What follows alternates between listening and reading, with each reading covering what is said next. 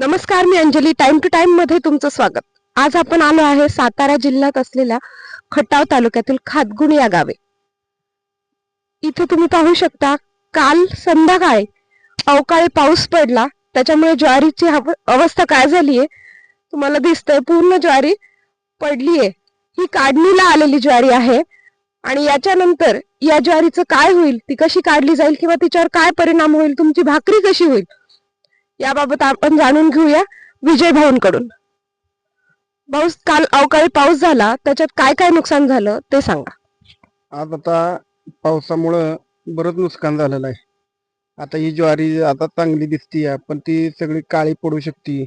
पुन्हा जे जे आपल्या याला जनावरांचा चारा आहे तो सुद्धा खराब झालेला आहे. म्हणजे त्याच्यामुळं ज्वारीचं भरपूर नुकसान झालेलं आहे आता सध्या.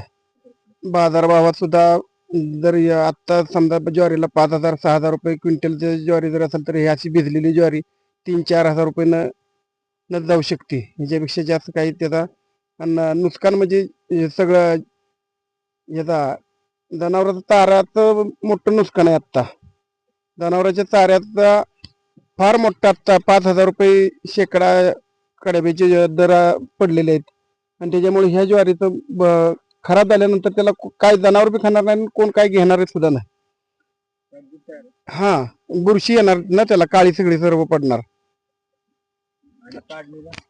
काढणीला सुद्धा आता वेळ जाणार ना, काढायला सुद्धा त्रास होणार त्याचा पावसामुळं. आता हे ज्वारीचं हे सगळं रान भिजलेलं आहे. हे सगळे काळं पडणार, म्हणजे हे जो आपण बघू शकतो, हे याला कडबा बोलतात ना. हा, तर हे सगळं काळं पडणार, त्याच्यामुळे जनावरांना देखील हे चारा म्हणून उपयुक्त येत नाही, खाण्यायोग्य होणार नाही ते आता सध्या. आणि उन्हाळ्यामध्ये कडबाच खाऊ घातला जातो ना जनावराला उन्हाळ्यात कडबाच खाऊ घातला जातो ना, ते दुसरं काय घालणार आहे त्यासनी. कारण पावसानं मोठं नुकसान आता सध्या झालंय. ज्वारी बरोबर कांद्याचं सुद्धा मोठं नुकसान आता आहे. कांद्याचं तर फार मोठं नुकसान आता आहे. गारपीट पडतंय सगळं.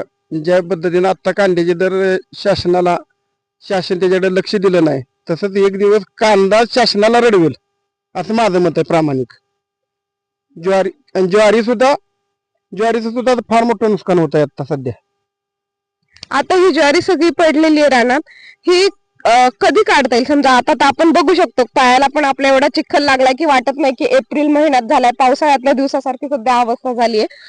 तर ही ज्वारी अजून किती दिवसांनी काढता येईल? आता ह्याला तरी अजून एक 4 दिवस तरी थांबावं लागेल. 4 दिवसानंतर तोपर्यंत त्याचं बरंच नुकसान होणार आहे. काळी पडणार, म्हणजे जनावराला चारा घालण्या योग्य राहणार नाही ती. आणि त्यात आता एवढी गरमी वाढली, सकाळ सकाळी 7 वाजता आता बघताय तुम्ही की म्हणजे घामानं आपण स्वतः सगळं हे आलं, एवढं गरमी वाढली आहे. आणि अजून सुद्धा पाऊस जर आला तर याचं काहीच करू शकत नाही.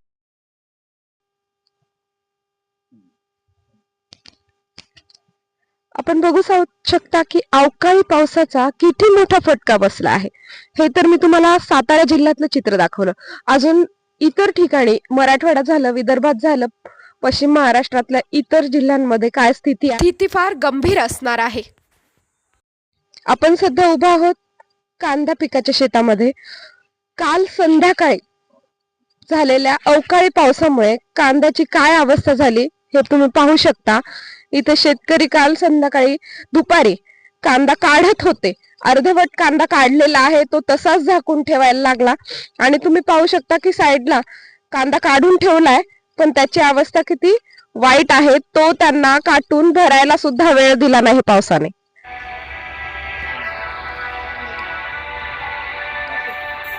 आपल्या सोबत कांदा पिकातील शेतकरी आहेत विजय भाऊ. आपण त्यांना विचारूया की हे नुकसान म्हणजे काय, या कांद्याला आता काय भाव मिळेल आणि काय अवस्था असेल शेतकऱ्याची. या कांद्याला भाव आता काय मिळेल हे कोणच सांगू शकणार नाही. कारण ह्याची चढ होती. पाऊस पडला की ह्याला सगळा कादळी तडून हा सोडू शकतो. आणि 5 महिने की जे आपण हे केलेलं आहे, कष्ट केलेलं आहे, हे सगळं संपूर्ण वाया जातं या. आणि सध्या कांद्याचं पीक हे पूर्ण नुकसानात चाललेलं आहे. सध्या कांद्याला बाजारभाव तसाही नाहीये. आणि आता या कांद्याचं काय होईल? 5 महिने ज्या शेतकऱ्याने हा कांदा वाढवला, उद्या याला भाव येईल या अपेक्षेने, त्यांची काय अवस्था असेल? आता नुकसान फक्त शेतकरी सोसू शकतो, बाकी कोण सोसू शकत नाही. कांद्याचं पूर्ण नुकसान तर झालेलं दिसतेच समोर, सर्व म्हणजे बघतात.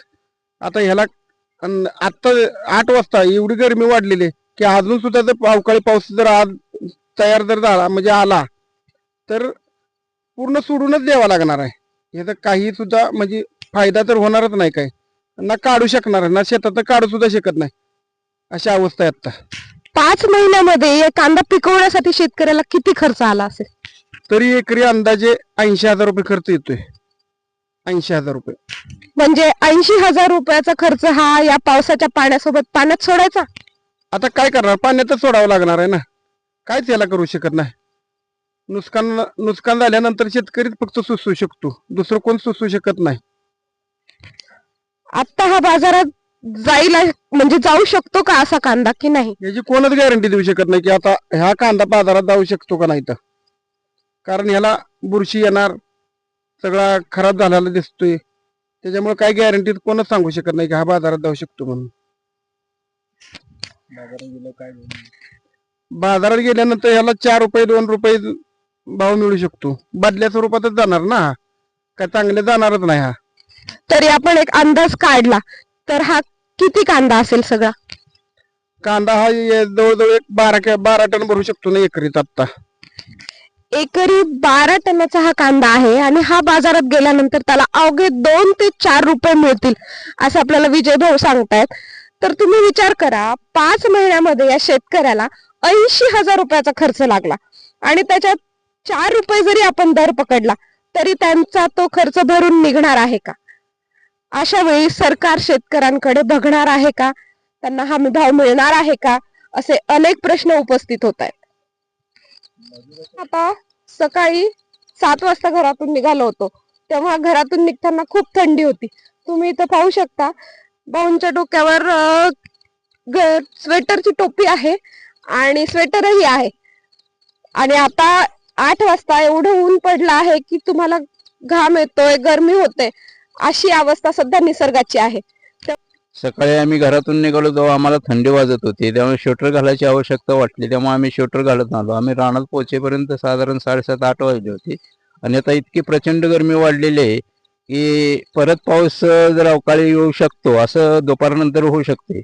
आणि आपण बघू शकता हे कांद्याचं शेत जे आहे, या शेतकऱ्यांनी इतकी 5 महिने मेहनत करून इतका सुंदर कांदा पिकवलेला आहे, पण या कालच्या अवकाळी पावसाने या कांद्याचं इतकं मोठं प्रचंड नुकसान झालेलं आहे की शेतकऱ्यापुढे एक तर मजुराची मोठी समस्या आहे, काढणीला मजूर मिळत नाही. हा शेतकरी जवळजवळ 8 दिवस झालं घरगुती कांदा काढत आहे मजूर न मिळत असल्यामुळं, आणि निमार्दा असा झाकून ठेवलेला आहे, निमार्दा काढून ठेवलेला असा भिजून गेलेला आहे आणि हा कांदा इथं पावसात भिजल्यामुळे हा टिकू शकत नाही. हा आता परिस्थिती अशी आहे कालच्या पावसामुळं की हा शेतीतील कांदा सुद्धा काढण्याला मुश्किल झाले. कांदा उपटाय गेलं तर असा उपटून निघतोय किंवा अशी पात तुटून निघते अशा पद्धतीची, आणि अशी पात तुटून निघाल्यानंतर हा कांदा जो जमिनीत शिल्लक राहतो किंवा या पातीतून जे पावसाचं पाणी ह्या कांद्यामध्ये गेलेलं आहे, तर ह्या आतमध्ये गेलेल्या पाण्यामध्ये नक्की ह्याला काळी बुरशी येते आणि कांदा 8 दिवसाच्या आत सोडून जातो. जर आता हे समजा असाच पाऊस राहिला, समजा आज जर पाऊस आला तर हा कांदा काढूच बी शकत नाही हा शेतकरी, आणि हा कांदा असाच सोडून द्यावा लागेल त्या शेतकऱ्याला. म्हणजे किती मोठं प्रचंड नुकसान शेतकऱ्याचं होईल हे कोणीच सांगू शकत नाही. एक तर कांद्याला भाव नाही, सरकार कांदावाल्या शेतकऱ्याकडे बिलकुल सुद्धा लक्ष देत नाही. कांदावाला नाही, कुठल्याही शेतकऱ्याकडे सरकार हा म्हणजे निगेटिव्ह पद्धतीने बघत आहे. बिलकुल सुद्धा शेतकऱ्याच्या बाजूला सरकार कुठलंच नाही. आजपर्यंत काँग्रेसचे सरकार आली ती अशाच पद्धती होती, आणि भाजप सरकार तर बिलकुल सुद्धा शेतकऱ्याच्या बाजूने किंवा शेतकऱ्याच्या ह्याच्यामध्ये हिताचं काही बघत नाही. आता अशी अवस्था असताना सरकारकडून तुमची काय अपेक्षा आहे? सरकारने शेतकऱ्यांसाठी काय केलं पाहिजे? सरकार अपेक्षा, शेतकरी अपेक्षा भरपूर करतात, पण हे नुसतं वरवर मलमपट्टी सरकार करत आहे आणि शेतकऱ्यापर्यंत काही सुद्धा म्हणजे बेनिफिट मिळत नाही किंवा पोहोचत नाही. आणि सरकारकडून कितीही अपेक्षा केल्या तरी सरकार हे पूर्ण कधीच करू शकत नाही. नुसते भूलथापा देत आहे सरकार आणि शेतकऱ्याला फसवत आहे, आणि ह्यामुळे तर शेतकऱ्याच्या आत्महत्या वाढत आहेत.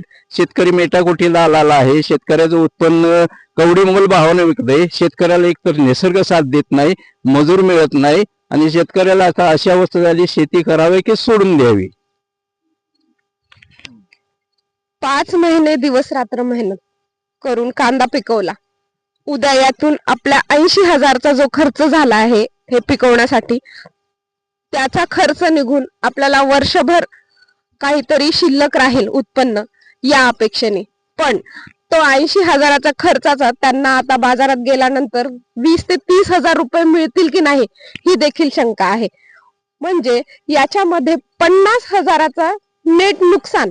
आणि वर्षभर त्याने काय खायचं, कारण शेतकऱ्याचं पूर्ण वर्ष हे त्याने पिकवलेल्या पिकाच्या उत्पन्नावरच चालतं. तर हा खर्च कसा भागवायचा हा मोठा प्रश्न आहे. या सगळ्या गोष्टींकडे सरकार गांभीर्याने पाहतंय का नाही ते बघितलं पाहिजे. जसे आपल्याला बाबांनी सांगितलं की हा कांदा काढण्यासाठी या शेतकऱ्याला मजूर मिळाला नाही, हा त्यांनी घरगुती त्यांच्या कुटुंबाने काढायला सुरुवात केली कांदा, पण अचानक आलेल्या अवकाळी पावसाने त्यांना गाठलं. त्याच्यामुळे अर्धवट कांदा काढला आहे. जो काढला तो तुम्ही बघू शकता, झाकून ठेवलेला कांद्यावर पण किती पाणी वर साचलेलं आहे. तर आता त्याची काय अवस्था होईल, बुरशीने हा काळा होणार. म्हणजे 5 महिन्यातला कांदा हा आता पुढच्या 4 दिवसात खराब होणार.